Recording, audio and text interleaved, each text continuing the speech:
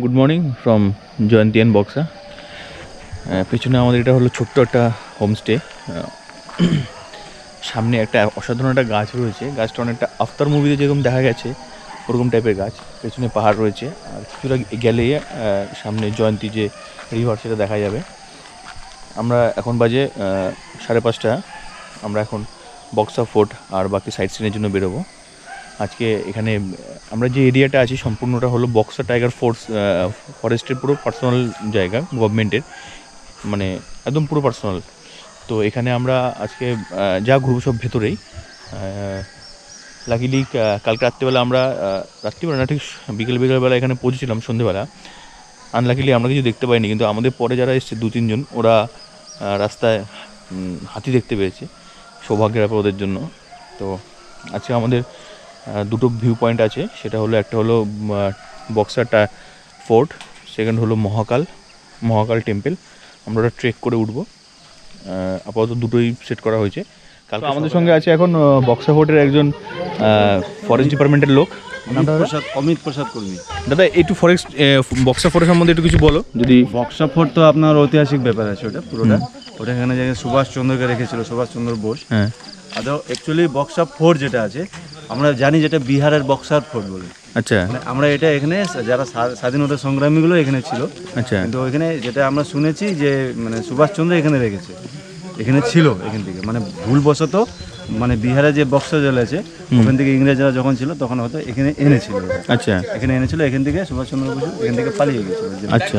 আর এই জঙ্গলটা হচ্ছে আপনার 761 বর্গ কিলোমিটার টোটাল এরিয়া। আচ্ছা, বক্সার টাইগার রিজার্ভ। ও আপনার একদিকে যেরকম আসাম মিলে যাচ্ছে জঙ্গল, আসামটা এদিকে না? হ্যাঁ এই সাইডে, আর একদিকে মিলে যাচ্ছে এই সাইডটা ভুটান। মানে বিশাল বড় এরিয়া। আর এটা হচ্ছে পুরো ওপেন জঙ্গল। হ্যাঁ, এটা কোন জায়গাটা কোন অ্যানিমেল দেখা যাবে বলা মুশকিল। বিশাল বড় এরিয়া। আর এটা এত ডেন্স, এত ঘন জঙ্গল। যেরকম অন্য জঙ্গলগুলো দেখবেন আপনার ফাঁকা ফাঁকা আছে, ঘাস লেন আছে, মানে দেখা যায়। যদি কোনো অ্যানিমেল রাস্তা যদি না বেরোয় তাহলে আপনি বুঝতে পারবেন না। পুরোটাই হচ্ছে ঘন জঙ্গল আর ডেন্স ফরেস্ট আছে, মানে যেখানে সূর্যের আলো পর্যন্ত ঢোকে না, এত ঘন আছে ভিতরে। ও, আপনার এখানে কত বছর? আমার তো বাপ দাদার আমল থেকে পূর্বপুরুষ থেকে আমরা এখানে বাসিন্দা। আচ্ছা, আগে এখানে তো আপনি বাঘ দেখেছেন এখানে? বাঘ, হাতি? আমি বাঘ বলতে লেপার্ডটা বেশি দেখেছি। লেপার্ড বেশি দেখেছেন? Royal Bengal tiger. এটা কোন সাইডে দেখেছেন লেপার্ডটাকে? লেপার্ডটা হচ্ছে চুনিয়া জঙ্গল আছে, এই সার্কেলের দিকে বেশি দেখা যায়। কারণ ওই সাইডে আমরা লেপার্ডটা বেশি দেখি। আর এদিকে আপনার ভুটান সার্কেল, ওদের কাছে তো কোনো ব্যারিকেডের ব্যাপার নেই না। রয়্যাল বেঙ্গল টাইগার আছে কিন্তু ওরা সব ভুটান সাইডে এদিকে চলে গেছে, যেখানে নিরিবিলি জায়গা আছে, যেখানে আপনার ঘাস লেন বা যেখানে জল আছে ওগুলো সার্কেলের দিকে আছে, এদিকে নেই। ওকে, ধন্যবাদ। আপনার নামটা হলো অমিত প্রসাদ সিং। থ্যাংক ইউ দাদা।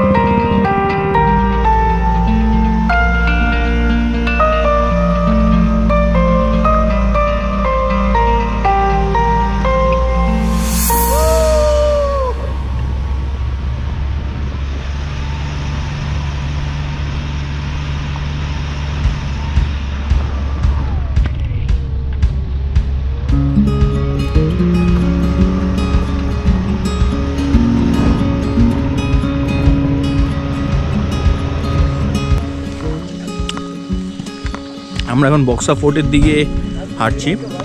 এত অবধি আমাদের বাইক, তারপরে অতটুকু কার, এবার এইটুকু আমাদের এখান থেকে 2 কিলোমিটার আমাদের ট্রেক করে উপরে যেতে হবে।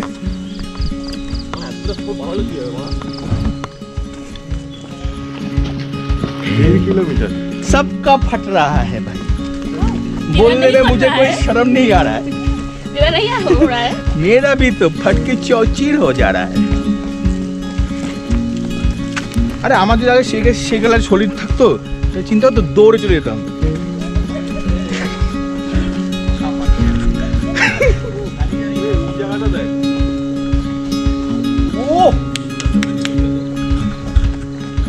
ছবি ধরি, ছবি তোল।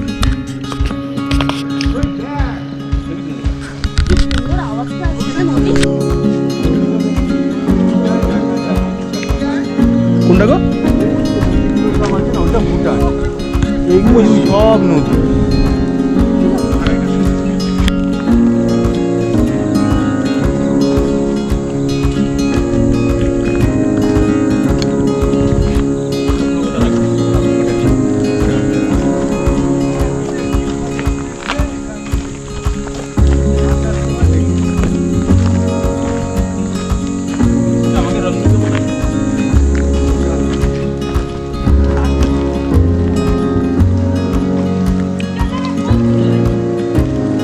ওরা একদম প্রতিজ্ঞা নিয়ে হাঁটছে, বলছে আমি পচে ছাড়বো। এই আমার পার্টি। কেমন লাগছে হাঁটতে? অলরেডি হয়ে গেছে একটা ট্রিপ। কেমন লাগছে হাঁটতে? আমি কি করব? তোমার বউকে বলো। আরে বন্ধুটা ঠকিয়েছে বলে দিয়ে দিল। আরে ভিডিও হচ্ছে। ও ঠিক আছে, লাস্ট ফিনিশিংটা দৌড়ে মেরে দিলে।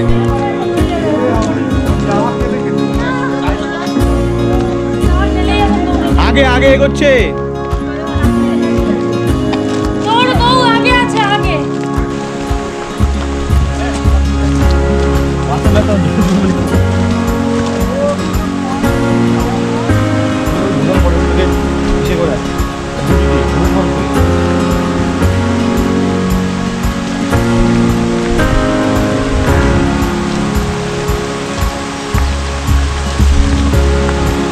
আমরা বক্সা বোর্ড থেকে 1 কিলোমিটার দূরে আছি। 1 কিলোমিটার হবে না, 700-800 মিটার হবে।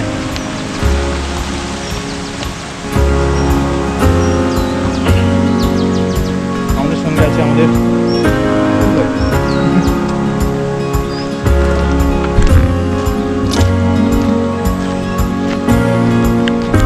এই হলো আমাদের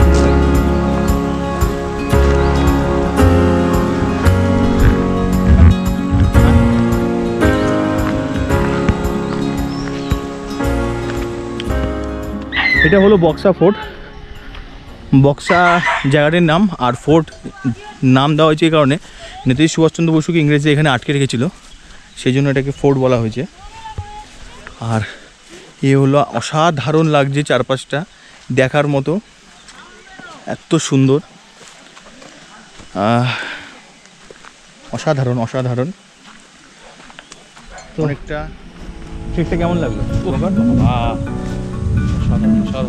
এই সুন্দর ওয়েদারের মধ্যে আমরা যে হেঁটে এসেছি, খুব ঠান্ডা, হালকা ঠান্ডা আছে, হালকা না ভালোই ঠান্ডা আছে, যেহেতু আমরা হেঁটে এসেছি বলে অনেকটা মানে শরীরের টেম্পারেচার অনেকটা হাই হয়ে গেছে, কিন্তু এই সুন্দর হাওয়াতে ঘামগুলো পুরো শুকিয়ে যাচ্ছে, আর শীতল হাওয়া, পুরো চারপাশটা ফগ অ্যান্ড ফগ, মানে আস্তে আস্তে মনে হচ্ছে মেঘটা আমাদের দিকেই নেমে এসছে।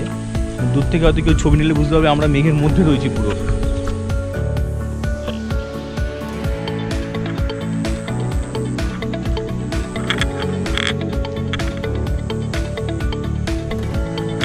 স্বাধীনতার সুবর্ণ জয়ন্তীতে বক্সাবন্দি শিবিরে অন্তরীণ স্বাধীনতা সংগ্রামীদের উদ্দেশ্যে নিবেদিত স্মৃতি স্মারক বক্সা দুয়ার 1997 এটা তৈরি হয়েছে।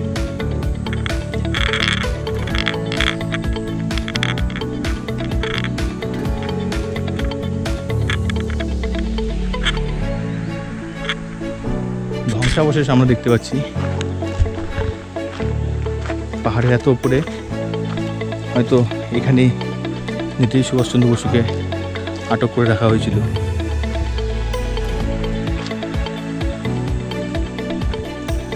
কিছু কিছু জায়গা বোঝা যাচ্ছে যে এগুলো ঘর ছিল, এটা রাস্তা ছিল, এরকম কিছু। যেমন ওইখানে বোঝা যাচ্ছে এটা একটা ঘর ছিল, ওখানে একটা ঘর ছিল। এটা যদিও একটা এখনো ঘরের ধ্বংসাবশেষ রয়েছে।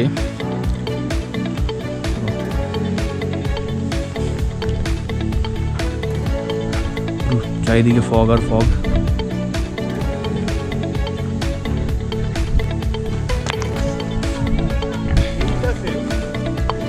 সেল কোনটা এটা? এইটাই সেল, এখন আর নেই, সবই ভেঙে গেছে।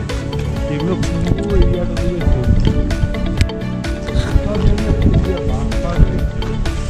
রিপেয়ার করছে মানে রিপেয়ার হবে মানে এটা আবার না, লেখা আছে নিচে বোর্ডে লেখা রয়েছে কিন্তু এইগুলো এই মাল দিয়ে তো রিপেয়ার করতে হবে না, পাথর দিয়ে কোথা দিতে হবে।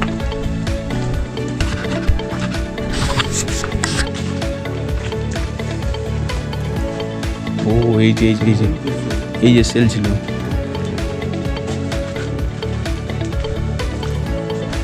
হ্যাঁ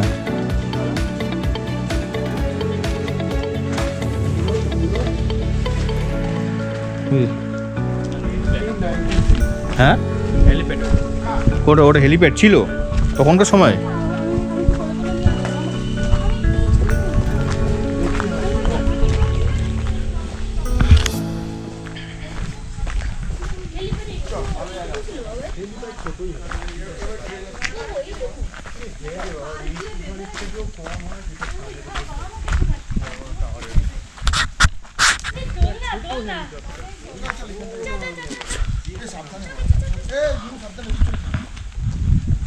এটা ছিল বক্সা ফোর্টের হসপিটাল। ও অনেক বড় রে, এদিকে ওর জায়গায় আসছে নামার।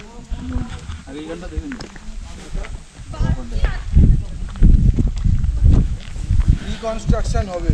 হ্যাঁ মানে আবার মোটামুটি এটা খাড়া করবে, যেটা আমাদের ইন্ডিয়াতেই এরকম, বাইরে যা বাড়া পুরোনো জিনিস এত ভালো মতন লেগেছে আর বিশ্বাস করে না, ইন্ডিয়াতেই পারে না।